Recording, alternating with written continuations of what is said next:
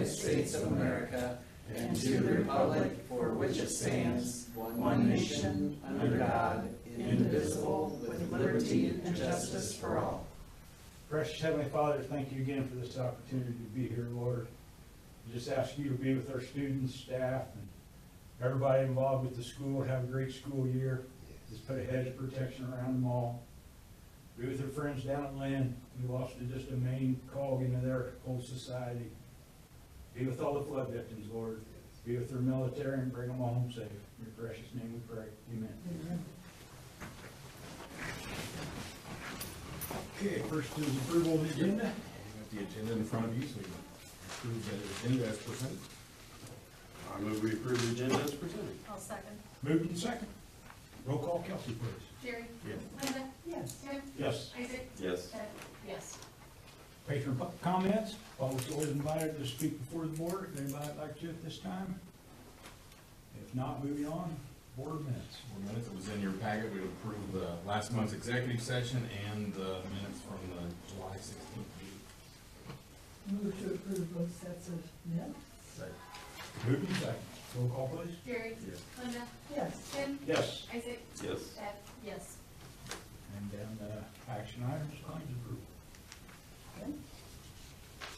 I move to approve claims 9183529 through 9183640 and payrolls 16 and 17. Second. Moved and second. Any discussion? Roll call, please. Jerry? Yes. Linda? Yes. Tim? Yes. Isaac? Yes. Beth? Yes.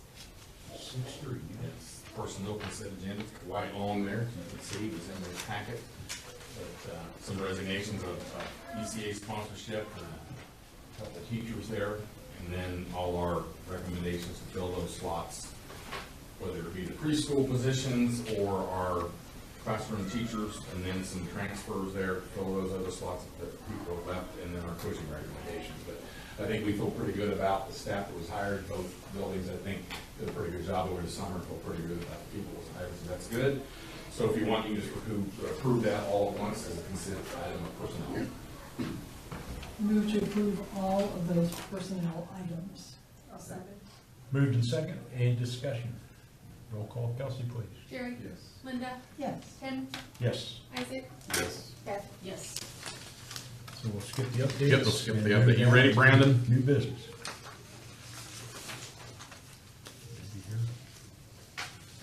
Yep. Yes, I am. Sorry. Nope, you're fine. So Brandon, he's here to do your presentation on our budget workshop before we get ready to submit our budget. And then we'll have, next month, we have our budget hearing. So I'll turn it over to Brandon. Good evening. Thank you. Appreciate the time here. So this will look real similar in format to the 26th budget workshop, but obviously the information will be different, particularly with the Senate World Act 1 coming further into play. Feel free to stop me anytime if there are any questions. I can't see it obviously, so if there are, maybe Mr. Adams, just let me know. Yep.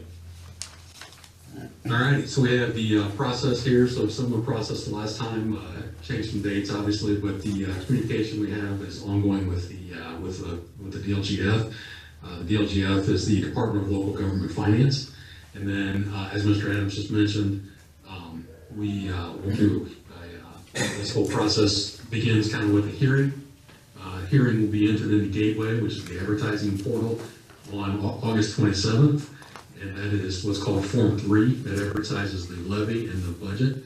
And then we'll also post the public hearing, that same Form 3, along with bus replacement plans, capital asset plans, and capital projects plans on the Randolph Eastern website that same day, August 27th. Are you sharing your screen there? Public hearing. Are you sharing your screen there?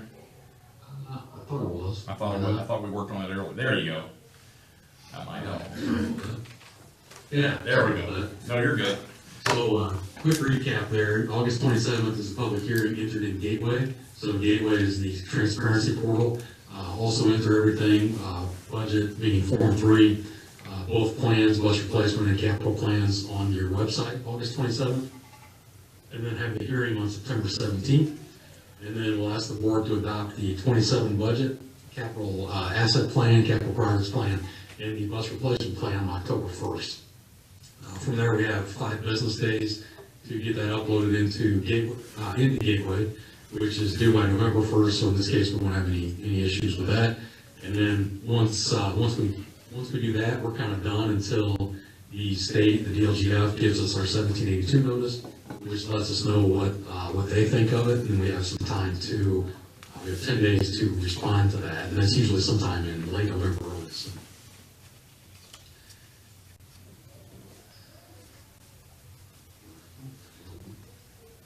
All right, so on the requirements of the school corporation, we've got the state prescribed forms, so those are going to be completed and submitted through Gateway, like I mentioned. That's the state's transparency portal. It is updated on the user side this year from it's called Budgets 2.0, but it will, I don't believe it's updated on the viewer side, on the public side, so it'll look real similar to what you've seen in the past. So again, we have to advertise both plans, capital and bus replacement, and the hearing, and then hold that public hearing, and then adopt by November 1st, submit on Gateway, submit to the DLGF via Gateway. And then the DLGF takes that, reviews and modifies it, and sets what would become final tax rates unless we respond. And if we respond during that 10 days, we can adjust those tax rates and levies to get to where we want to be. And then after that, the state delivers us budget orders to the county, setting everybody's, all the governmental entities, rates, levies, and budgets for the 2027 year. So again, I mentioned this will be real similar to 2026 in presentation format, and likely be similar in 2026 in the amount of like where we're putting money for salaries, benefits, etc. So we'll start with the education fund. The education fund is not supported by property taxes. That amount did increase this year, so it's a foundation amount. So every student who comes to school at just the typical day from 8 to 3 or whatever their hours are, they're going to generate $7,071, which is 1.5% higher than they would last year. Last year it's $6,967. So again, the budget was expected to be similar for in 2026 or in 2027, similar to 2026. The salary and benefits lines will likely be increased if possible, and that does look to be somewhat possible here with your ADM. And then the supply items would likely remain the same. Speaking of ADM, I've got Mr. Adams told me ADM looks like $852 right now, and if that's the case, we'd be looking at $7,712,843, assuming nothing else changes between now and count day. So the revenue then, like I said, based on student enrollment, and then that also then categorical grants. So there are students, as you know, who participate in different programs such as special education, CTE, which is career technical education, foster students, SNAP and TANF, and then the academic performance grant. So each student that participates in any of those programs would also generate more money per student than that $7,071. As I mentioned, the ADM count is on October 1, and another count will take place in February 27. So those of you that have been on board for a while, you might remember that February count is kind of jumped back and forth. At one point it was just for information only, and now it is a funding count again. So we'll get a funding count October 1st, and then they'll reconcile that, and then we'll get another funding count on February 27, and we'll reconcile that to finish out the calendar, the school year, the fiscal year. The transfers, so the resolution in the past has said not to exceed 15%, and that is revenue from the education fund to the operations fund. So again, if that $7.7 million holds for the education fund, we could take up to 15% of that into the operations fund. I don't believe that's likely to be the case. Right now we're doing $80,000. Right now we are doing considerably less than 15%. I would say it's around 55-ish thousand every month, which you guys see on your board docket. On the debt service fund, the debt service fund is expected to budget of $1,300,427. might advertise that higher based on some discussions with Baker Tilly. But right now, that includes the lease rental of 2020, 2022, and 2023, as well as the general obligation bonds of 2018 and 2024, and his common school loan still left of 2006. The anticipated debt service line on the debt worksheet will be if the school intends to settle bonds for 2026 or in 26 for 27 payback. And so the anticipated debt would go on that line, that would boost up the $1,300,000 that we're talking about advertising, but it would be, it would just be up for, it would just be increased for advertising purposes, and then it would fall back down during that 1782 period, that 10 days when we have to respond to the state. And then one of the ways that we can really manage tax levy and rate even is the operating balance, and so we're allowed to have 15% of this what's called new debt of the 2028 payments. We're allowed to levy for that 15% in 2027. And so in round numbers, if the payment for 2028 was $1 million, we'd be allowed to levy for another $150,000 in 2027 to make sure that we have enough money if something would happen with taxes in 28 payout, but we could still make that first payment of 28 without getting a tax draw. So that's put in place by the General Assembly to kind of protect the taxpayer. So the school doesn't need to have an extremely high operating balance in the debt service fund, and so that's capped at that 15% to make sure that the taxpayer doesn't end up paying too much into that fund. The operations fund, this combines, again, for those of you that have been on board for a while, this combines what was previously the capital projects fund, the transportation fund, and the bus replacement fund. Typically, and this year would be no different, we would advertise the proposed budget that's higher than what we expect it to be. And then during that 1782 time, we modify that back down. And that's just simply so we can give the school maximum flexibility to make sure that they are receiving every dollar that they are entitled to. And so and as you know, when you advertise, we can advertise high and always bring that back down. We can't advertise low and bring that and increase that. I mentioned the 15% allowed to be transferred from education operations fund. And again, that doesn't appear to be the full 15% that will be taken in 2027, but that is allowed. We mentioned the capital assets and projects plan and the bus replacement plan. The capital plans are 3-year plans, so 27, 28, and 29. And of anything over $10,000, and then the bus replacement plan is 5-year plan, so 27 through 31. And that is any kind of bus that you're going to purchase. We'll talk about those in a little more detail here in just a second. The MLGQ is the amount is the percentage that your max levy is allowed to grow by in the operations fund. So in the recent past, the legislature has capped it at 4%. They took that cap away this year, and the formula generates 6%. So your levy is going to be allowed to grow 6%, which is outstanding. However, Senate Rule Act 1 and the tax caps that are increased because of Senate Rule Act 1 will take away some of that MLGQ maximum, or take away some of that maximum levy.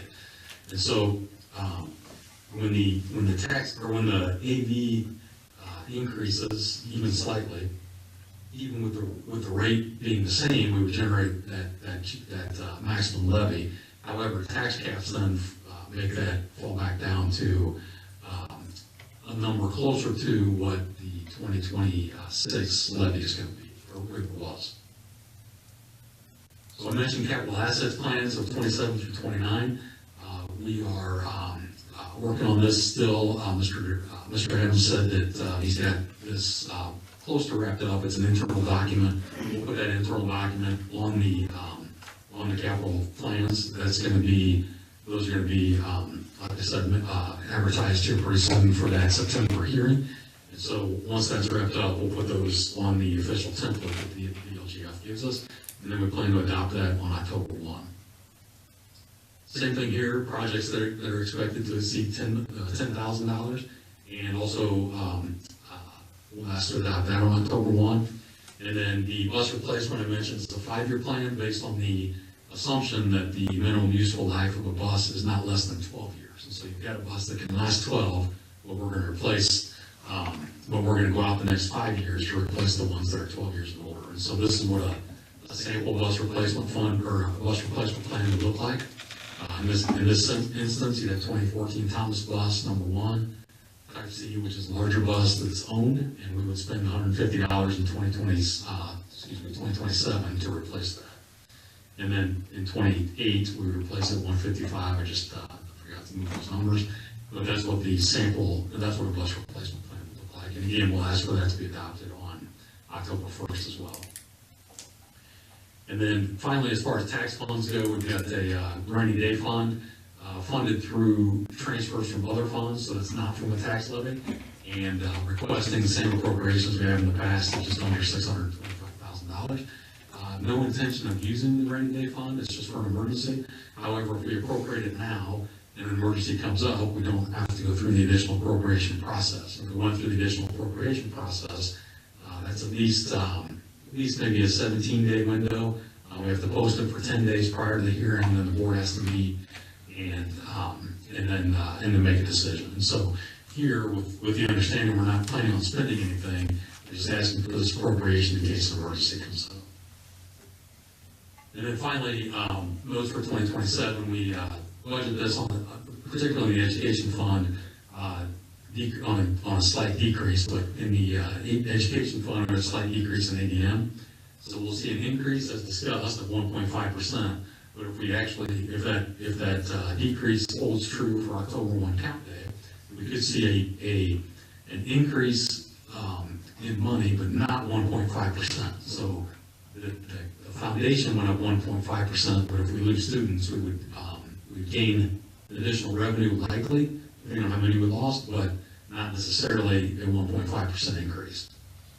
Right now, we can see an increase in gross assessed value, which could cause a decrease in certified net assessed value. It didn't in this case, but with Senate Rule Act 1 still 5-6 years away from fully being implemented, I can see a scenario where CNAV would decrease at some point in time, even if the gross AV goes up. And then in 2026, the total tax rate was $1.1762, 1.1762. And I just put this on the right side here to advertise, to show what we advertised historically. So we've always been high historically on the advertising. And then during that 1782 period, we come back and adjust those down to where your constituents are used to seeing those, and that this year obviously lower than in the past, but in the past that $1.25, $1.30 range. This year we're at $1.17. And then as far as expected total tax rate discussion, because the AV goes up, there's a chance that the rate or the rate could go down. When the AV doesn't go up, when the AV goes down, the rate has to go up to still produce the same amount of revenue. And so a lot of discussion now, instead of managing rate, it'll be easier for boards and superintendents to manage the levy. And so in the future, if we do any kind of bonding there or anything else, we might talk about, or we will talk about managing levy and get the board's opinion on that as far as tax rate. There's tax management, not tax rate management. And so that's kind of a workshop version of what the 2027 budget would look like, but I'm certainly happy to answer any questions. Questions? The rainy day fund, is it set up where it draws any interest, or is it just? We've got some money, we just talking council, we have an investment, our savings It's not account. just sitting there. It's not just sitting there, no. No, we're making some interest on our funds in the bank, for sure. So it looks like we're trying to replace a bus a year, right? We don't need If we can, but but we don't need. we don't to. necessarily need to, Okay. yeah. I mean, we have the plan, but we don't necessarily have to buy a bus, we can advertise that. Okay. Yeah, it just depends on what we get in the operations fund and all that. Okay. Yeah. Yeah, similar to the advertise high and then come back low kind of concept. If we advertise that we need a bus and then don't need a bus, that's perfectly fine. If we advertise that if we don't advertise anything and then need a bus, there's some amendments we have to follow or file on there. Okay. Any other questions? No, thank you, Brandon. Talk to you later. Thank you. Thank Appreciate it. Yep. Have a good evening. Okay, going back to 7.1, updates. Very good. Yes, we're here to talk about IREAD 3. I'll get the right slide here and we'll get started. Hey. Okay. Brad and I are happy to share some updates about iRead with you. Our scores have improved from the previous year to this year. We increased from 78.9 to 80.3% passing on the iRead, and that would be our third graders. So our current fourth graders is an 80.3% passing. That's an increase of 1.4%, which I want to stress was a collaborative effort between pretty much everyone in the building. The general education teachers, of course, are working hard to do their own instruction, and then we have our TI instructors, special education teachers, EL teachers, who are all doing their best to focus on that foundational reading as well. I think, yep, thanks. You can see, based on all of these subgroups, that 1.4% increase was more than 1.4% in almost all of our subgroups. So all of these subgroups contributed to that 1.4% growth. You can see our English learner growth increased by 5.8 percentage points. So they're doing a really good job of pulling out and pushing into general education classrooms both to support those students who need it. Yep.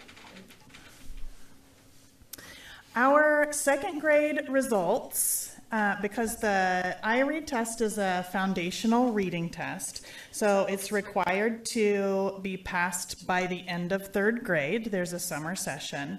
However, the students start taking the test in second grade. They're allowed 2 opportunities at the second grade, and our second grade, so currently third grade students, are already at a 56.6% passing or on track to pass.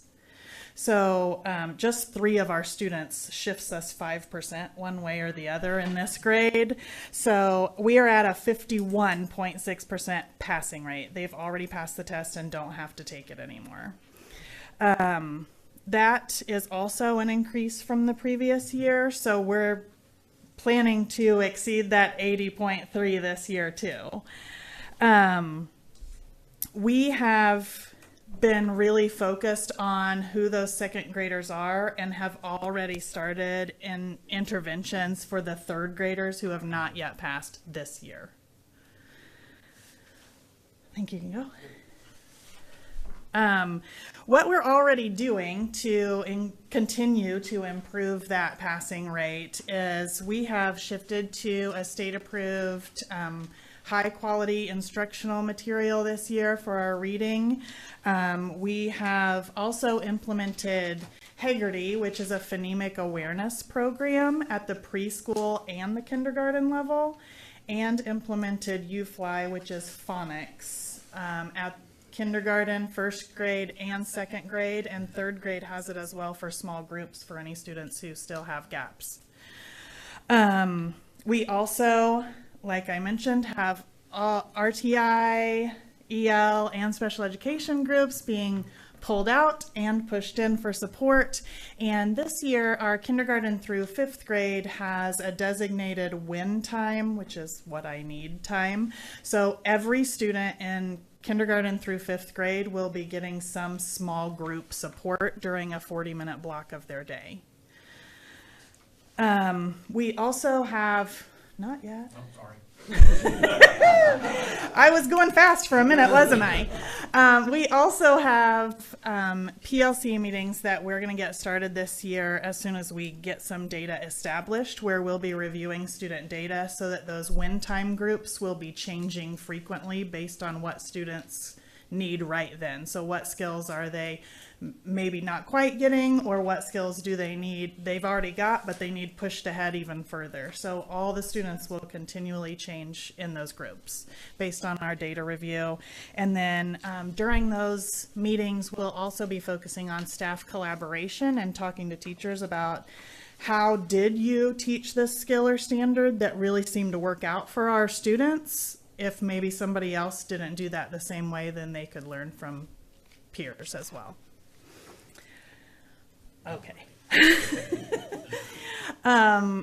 We are continuing to focus on reading proficiency, foundational skills. Brad is working on a new incentive program for our attendance and engagement, and we are continually focused on, of course, supporting every subgroup that you saw. So we want to continue to make sure all of our students are included in that growth. Brad and I are both super proud of the growth we've already made and are really excited and optimistic about the programs we're implementing to continue that growth this year. And we want to thank you all for allowing us to continue to support everyone in that way. I got a question for you. Yeah. We've been, 2 years now with the preschool operating. Are you seeing a difference in the lower grades where these kids come out of preschool, on the EL side especially? Are they getting a better start in kindergarten and first grade if they've been through the preschool? Go ahead. Personal experience wise, I would absolutely say yes. There are still gains that we can always make. It is so much better to have them in a preschool environment to prepare them for that shift for our time within kindergarten through 6th grade. So, yes, absolutely. It is a very beneficial start for them. Unfortunately, not everybody's in that. Right. So, it is what it is. But you can tell a difference from those that have had that structure, early start, to those that are coming firsthand into kindergarten without any type of structured background. How about that? As a board, that's what the investment we made. Right. With hoping we'd have these kind of results. Right. See Yeah. that it is a good investment. So when you say that structure, does that also like, I'm assuming you are, like that they are acclimated to the school mindset, that you come in, we sit down, we listen, we Yes. just the little things at that age. Keep your hands to yourself, try to keep them, just get them acclimated. You see a little bit smoother transact, from the kindergarten and the first grade. And Yes, I'll echo what Brad said. There's definitely a difference in students, and I'm sure some of the students went to preschool elsewhere, but students who I know went to preschool here, there is a difference between what they're prepared for on day one and what students who maybe have not been in any preschool are prepared for on day one. Now, what do we do with the 20% that hadn't passed? Did they get an opportunity to retest or something with the iRead? Or? Yes, so here's what happens with iRead.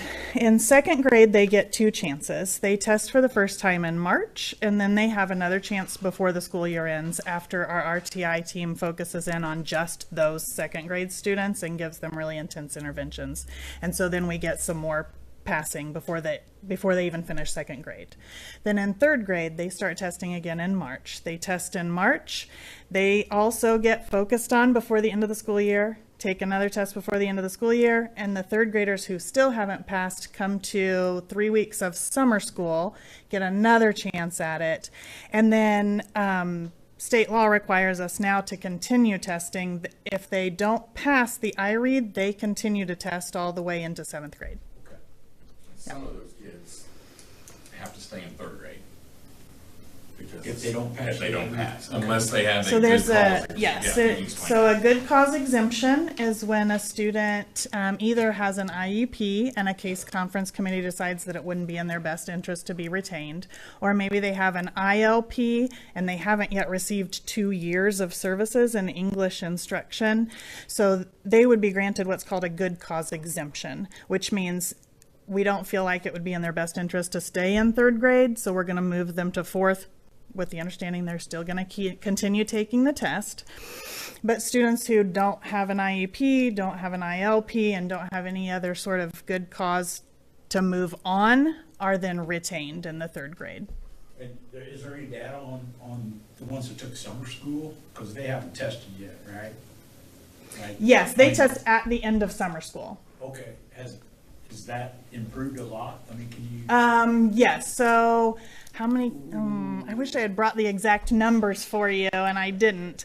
Let's just say this, when we were here in the summer and we were waiting for the results to come in, there were quite a few yes, and you could, every time something new came in, and I think we had one maybe, but it was a good feeling to see them come in. I think we in. probably had 10 or 11 more kids pass after that session of summer school.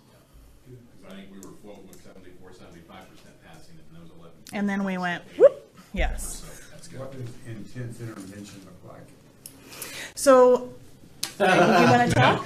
I think you are doing phenomenally well. So He always lets me I'm just here talk. to look good. You keep talking, you're fine. Oh, okay, you Just keep looking saying, good. no. So intense, that's right, I do the work. I was told today, or the other day, from somebody in the pickup line, you look very dapper. And I'm like, I have been called a lot of things in 30 years, and dapper's not ever been one of them. So there you go. And now you know why I'm the one I talking. Right. So intense intervention is when our RTI team, RTI stands for response to intervention. And so they take those students and they do a little deeper screener and then start really focusing on specifically like, okay, here's the gap that this student has. We need to really teach this specific skill to them. So that's what intense interventions is. Do we involve the parents in that? This is where, I mean, is there parent involvement?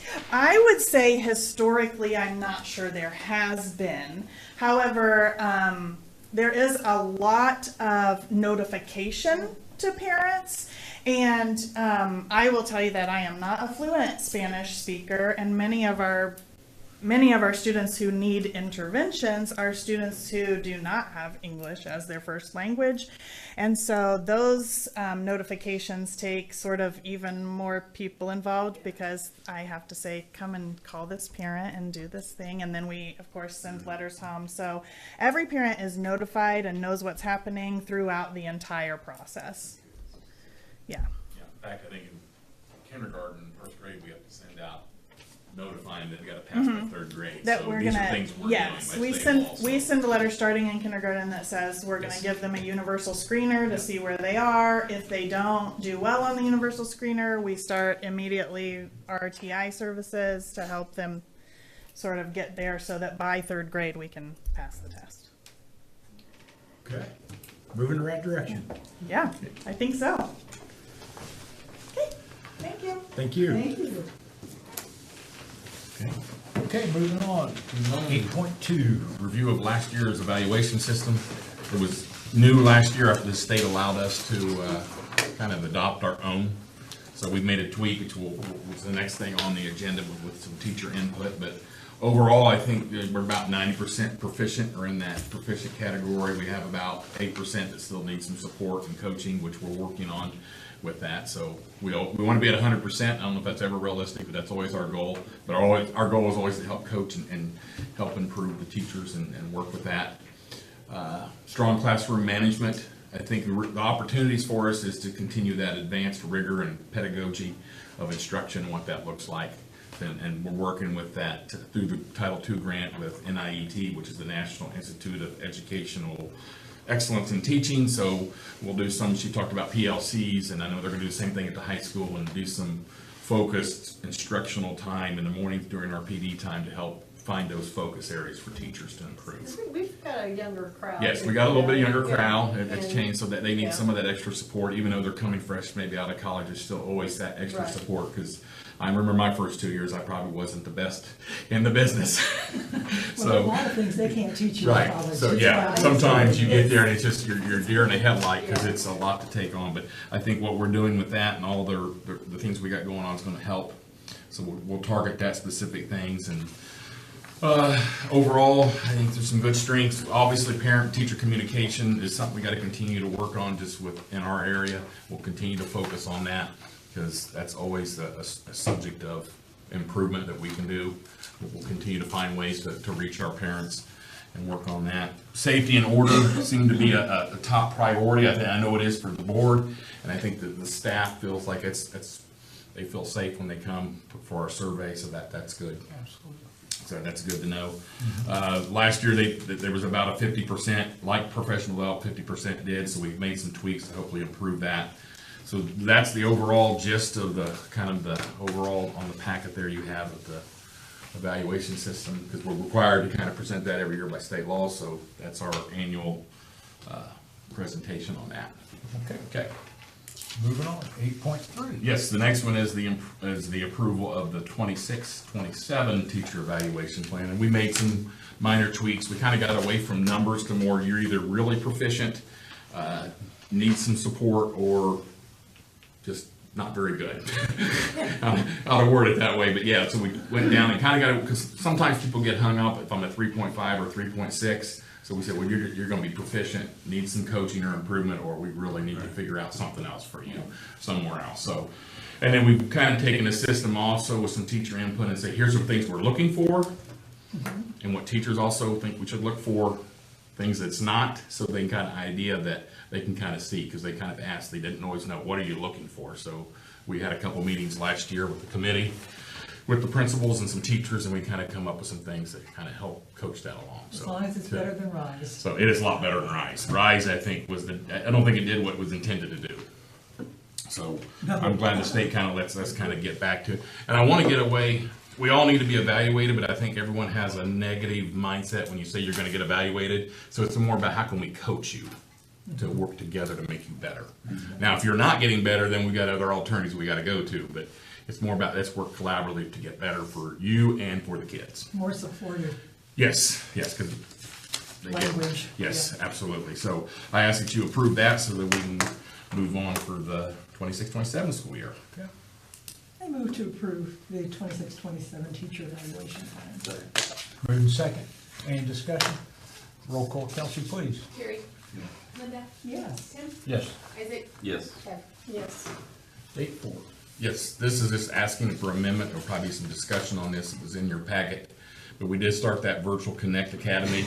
And originally, we weren't going to allow any activity participation for ECAs, whether it be FFA or band or sports. I would ask that we amend that and allow that, and still being very selective of who we allow in the program. Because there is a couple kids that I know have some health issues that they can't be inside of school because of the fluorescent lights. And I know there's probably mixed emotions on that, but I also know that we've lost 3 kids this year that's going to other schools because they're allowing them to do that.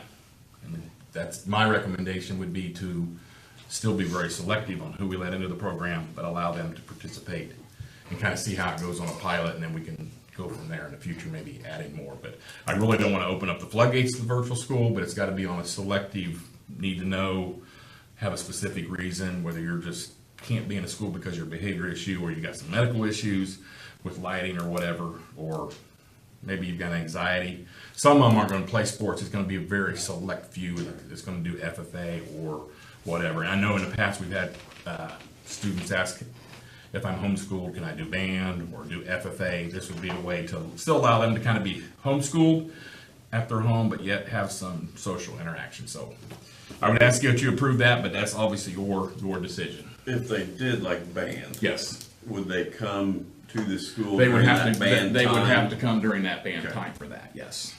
And one Yes. thing that we're losing is all the schools around us are doing this. So we're not Yes. apples to apples anymore. Right. Doesn't mean we have to do it because everyone's doing it, but Yeah. I But it's still, I'm on the fence. I mean, Yeah. we all know I'm a little bit on the fence on that, I'm too. I'm on the fence Yes. on the whole thing. But, I don't wanna lose sight of the quality education. yes, absolutely. Well, I don't want them to go someplace else because bottom line's money and we're still gonna get over $5,000 a kid, right? Is that Yeah, what we we- figured, something like yes, that? yeah. If they come here? We get 85% of the Of the $7,000, and $7,000. we pay a little bit to that. Yeah. There won't be Service, no and then requirement that they have to take one class, No, unless it's banned or something. or But, if, yeah, or ag right. class, can they take an ag class? They could, yes, they If can do a it's in their blended. schedule. And Yes. they still gotta fall through the They still got, guidelines they of the still gotta follow the athletic. guidelines, they Yes. still have to pass attendance, Right. they still have to pass the 5 subjects and all that to be able, I mean, if they start being an academic issue, then we wanna bring them back anyway, or you're not gonna be allowed, it'd be just like a person here. What in about sports. what about like finals and everything?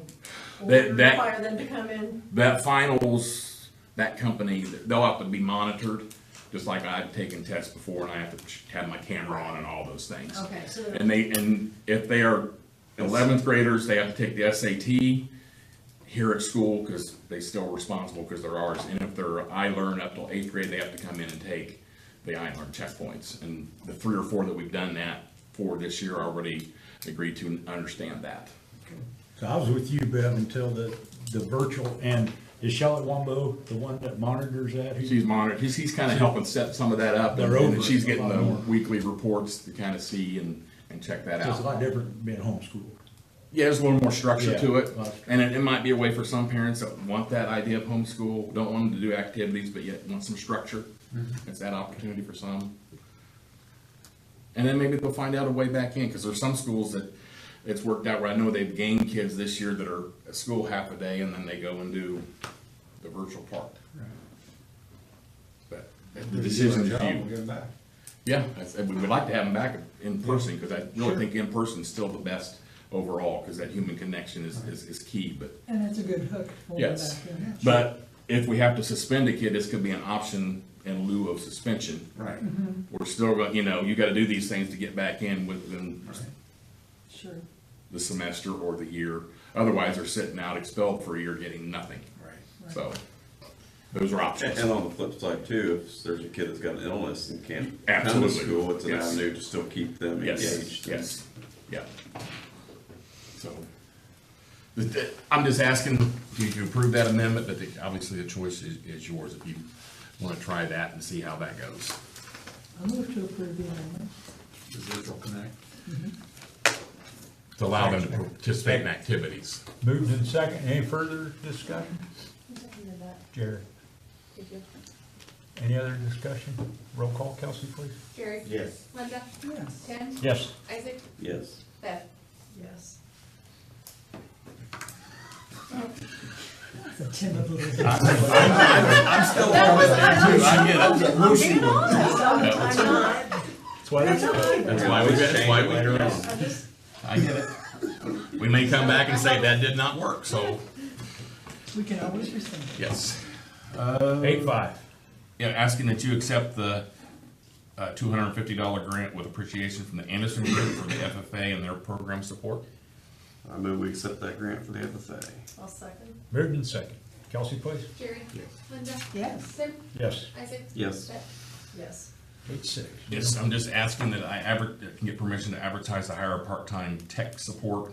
We're down as student worker, and as the increase of cybersecurity and staff computers and networking and cameras become an issue, that's a key. I know this past week we've had, I wouldn't call them cyber attacks, we've had, 2 or 3 false, fake emails, like someone was trying to say, hey, do this mandatory training from Mr. Adams, and then we had one, The Julie The Julie Northcutt. Julie Northcutt, maybe some of you got that, Yeah. hey, do this and click on this link, so it's just a constant, people are under attack. So with Blake teaching part-time and all that, that extra support would be huge, so I asked for permission to hire a part-time person there.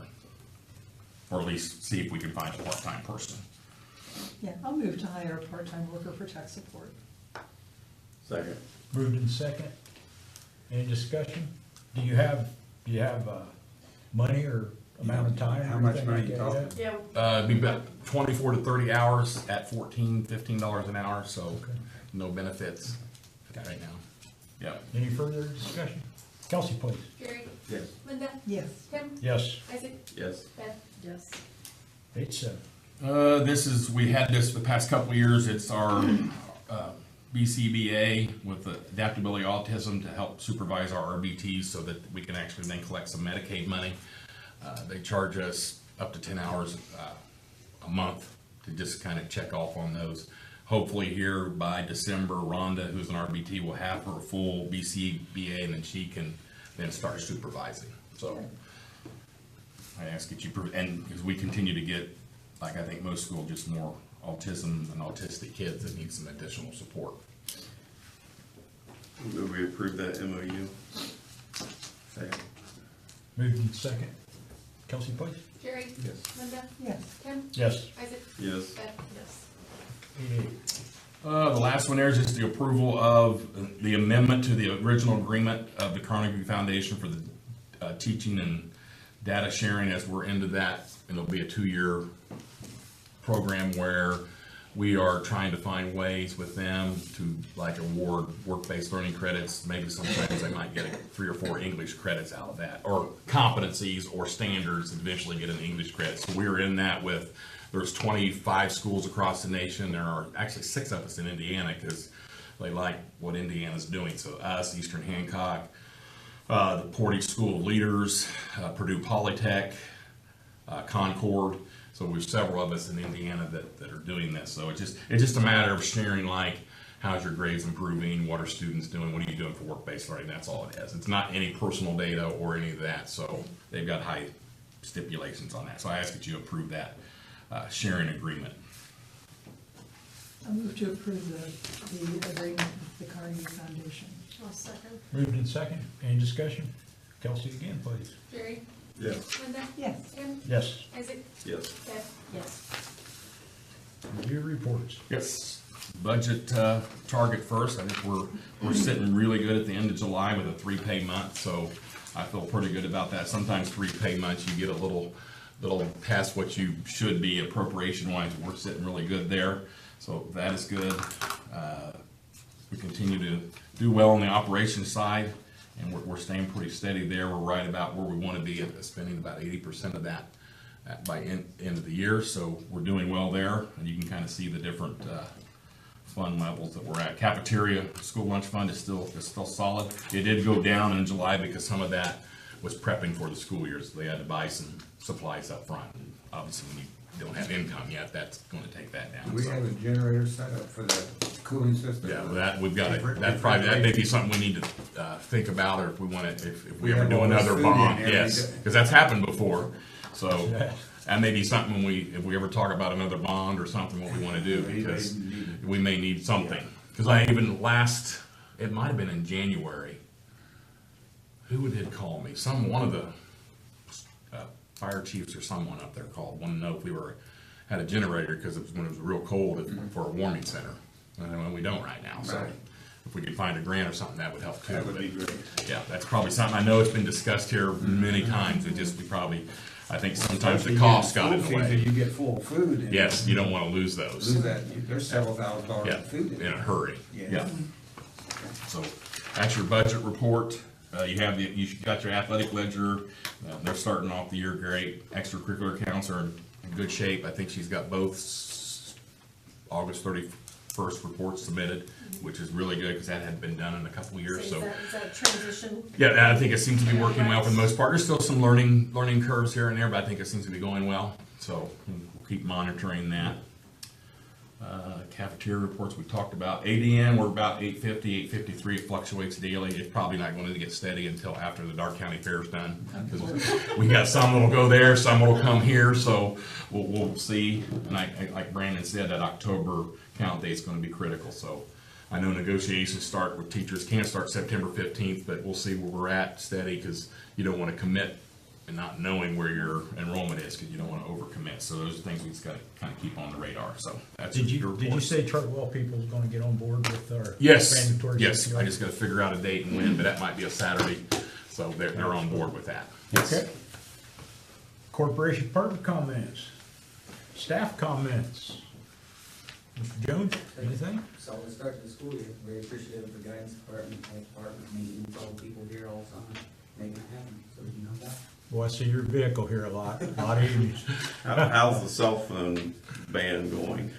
So far, so good. Yeah, it's been a handful, so I'm keeping our eyes on it and wondering what the tricks they might be up to. We'll hunt it down and we'll figure it out. Do you have that problem down north side? Those kindergartners, I tell you. Do you have much cell phone in Not down? nearly your as end? much. Okay. Not nearly as much. In the upper grades, there are a few who want to have their phones out sometimes, but this year so far, I had kids come to me, I forgot my phone's in my pocket. I'm like, put it in your backpack, turn it off, we're good to go. That's all we're asking you to do. So they're more concerned about it than what, we haven't had to we haven't address seen it. it. With the lower elementary, you don't have to worry about putting in your kangaroo pocket and texting without looking. Don't have to worry about Don't worry that. about that. Superintendent comments.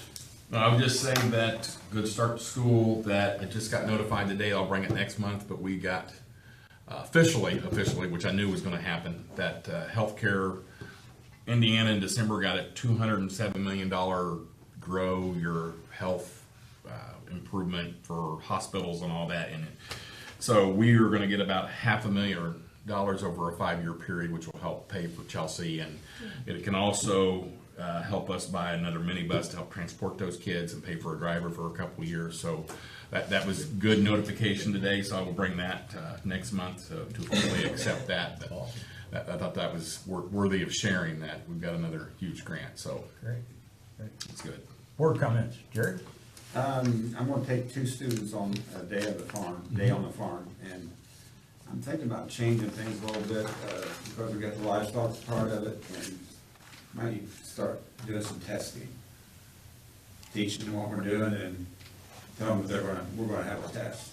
That's good. So they'll pay attention. Some accountability. Right, and same thing when we go to the shop, we do shop work, welding and stuff like that, repair work, kind of test them on some things. That might be good with this Carnegie grant, that might be something we can work out with their pilot program, how to give some credits for that or something. That's good. Okay. Great idea. Linda? I just am delighted to hear we're off to a pretty smooth start. That's great. Just compliments to everybody who's contributed to that. It takes a whole village. Mr. Thornburg? I will say, I think our kids did very well at our county fair this year. And I was trying to get some information with some statistics of how many champions and what that we had, and I didn't get that done. But the FFA kids took home the grand champion meat pen and the rabbits. I believe they took champion reserve. I'm not 100% on that, but I'm pretty sure they both did. So our kids represented well, so I was proud of them. Good. That was a big function out there. I took 2 of our kids to our area tractor operators contest, and Lucas Lynch placed 4th in the area, which in our area is very competitive. And as a senior, he did very well for his first time in the senior division. And Luke Baldwin went as well. It was his first time, so he did pretty well too.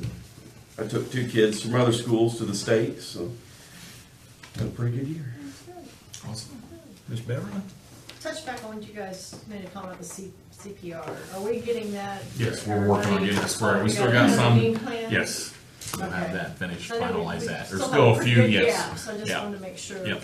Well, the maintenance director's already got the date set up. We got it received. So he's I'm working on the rest, so. Then chart.